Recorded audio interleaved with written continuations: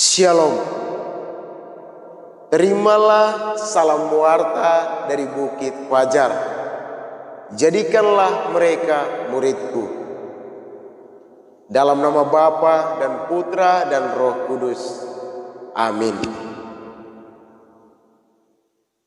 Tuhan sertamu. Inilah Injil Tuhan kita Yesus Kristus menurut Lukas.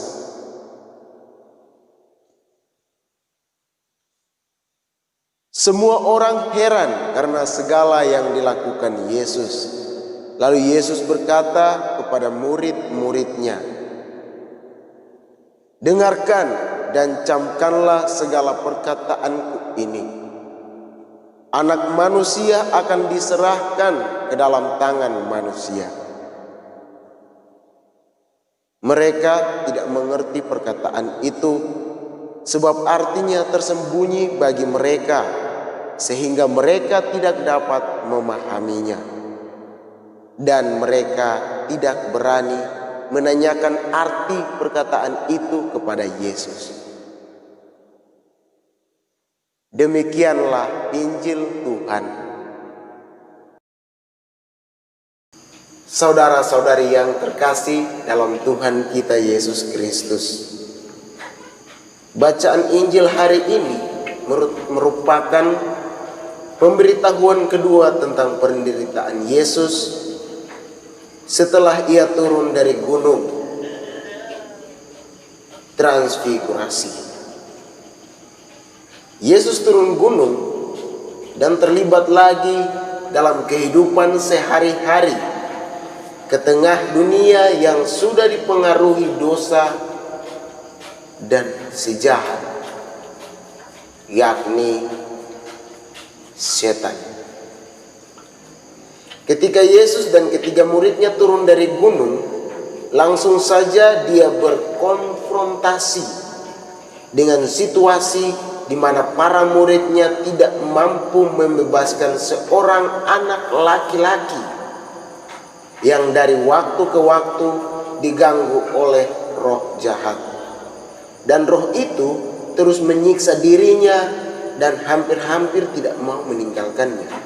Kita bisa melihatnya di dalam Injil Lukas bab 9 ayat 39 sampai 40. Namun Yesus langsung mengendalikan situasi dengan mengusir roh jahat yang mengganggu anak laki-laki tersebut, lalu menyembuhkannya.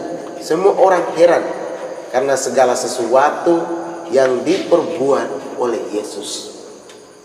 Kita, saudara-saudari sekalian, kita dapat melihatnya pada Injil Lukas bab 9 ayat 43. Di situ dengan jelas semua orang kagum, semua orang kaget melihat apa yang dilakukan oleh Yesus.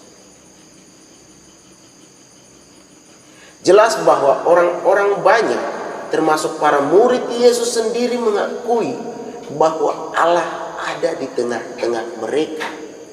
Allah itu hadir di dalam diri Yesus yang bersama dengan mereka sekarang itu, karena melihat keajaiban, mujizat yang dibuat oleh Yesus dengan mengusir roh jahat yang ada ke dalam diri anak tersebut.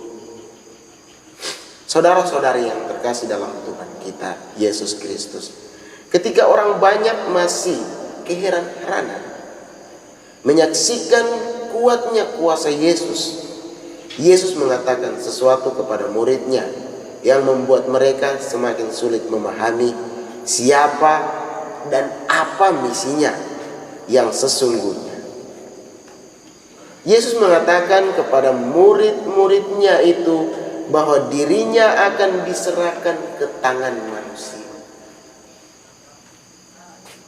Sekali lagi, Yesus mengatakan bahwa dirinya akan diserahkan kepada tangan manusia. Para muridnya sungguh belum siap untuk memahami pesan dari salib Yesus tersebut. Salib Kristus mutlak diperlukan, sehingga dengan demikian saudara-saudara, dosa dan iblis itu dapat dikalahkan.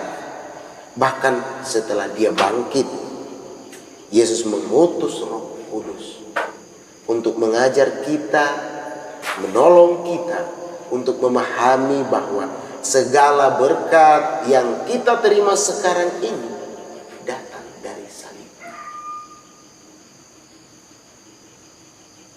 Saudara-saudari yang terkasih dalam Kristus, ketika para murid yang hadir bersama dengan Yesus, bahkan ketika kita sendiri melihat sesuatu kejadian yang begitu menakjubkan yang dilakukan oleh seseorang, yang bisa dikatakan itu adalah mujizat dalam kehadiran kita sehari-hari, dan kemudian dia menyampaikan bahwa ia akan diserang dan dibunuh.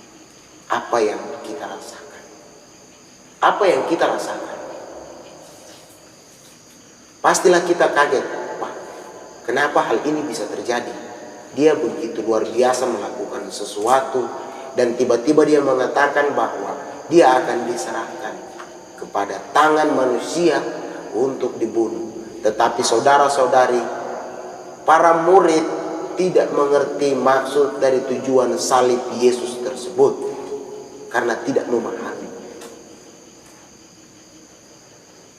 Yesus mau mengatakan melalui Injil yang barusan kita dengar, saudara-saudari, bahwa dia akan diserahkan agar dia menggenapi apa yang telah Allah katakan melalui firman-firman terdahulu sebelum Yesus melalui para nabi, yaitu bahwa anak manusia ini sendiri akan datang ke dunia untuk menebus dosa manusia. Untuk itu saudara-saudari sekalian, mari kita bertekun di dalam iman. Kita melihat bahwa Yesus yang hadir di tengah-tengah kita bukan lagi sebagai Yesus yang hadir untuk melakukan mujizat-mujizat, melainkan Yesus yang hadir setelah kebangkitan, agar kita pula dikaruniai kehidupan yang baru, abadi dan kekal bersamanya. Semoga demikian. Amin.